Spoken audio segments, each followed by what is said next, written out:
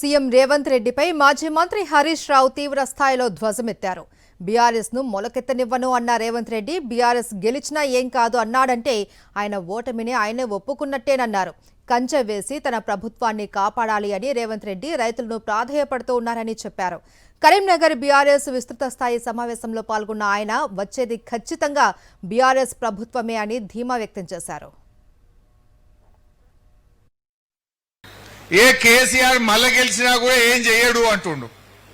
అంటే అసలు మొలకెత్తని అన్నోనివి, 34 దాకా నేనే అన్నోనివి, కేసీఆర్ గెలిచినా ఏం చెయ్యడు అనేదాకా వచ్చినవంటే నీ ఓటమి నీకు బాగా మనసున పట్టింది. బీఆర్ఎస్ సచ్చిన పామన్నావు కదా, బీఆర్ఎస్ శ్మశాన వాటికకు పోయిందన్నావు కదా, బీఆర్ఎస్ ఫామ్ హౌస్ కు పోయిందన్న నువ్వు ఇవాళ బీఆర్ఎస్ గెలిచినా ఏం కాదు, అధికారం శాశ్వతం కాదు అని మాట్లాడుతున్నావంటేనే నీది జారింది, నువ్వు జారుడు బండ మీద జారుతున్నావనే మాట మనకెంత అర్థమైందో లేదో గాని రేవంత్ రెడ్డికి మాత్రం పక్కా అర్థమైంది. రైతులను రిక్వెస్ట్ చేస్తుండు, రైతులను ప్రాధేయపడుతుండు, మీరే కంచె వేసి నన్ను కాపాడుకోవాలంటుండు. కంచేసేట రైతులు రేవంత్ రెడ్డి ప్రభుత్వాన్ని కాపాడుకోవాలన్నట. ఎందుకు నాయనా?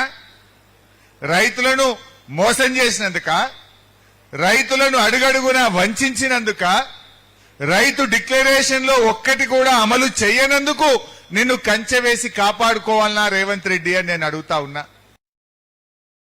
మరిన్ని అప్డేట్స్ కోసం ఛానల్ ను సబ్స్క్రైబ్ చేయండి. నోటిఫికేషన్స్ కోసం బెల్ ఐకాన్ పై క్లిక్ చేయండి.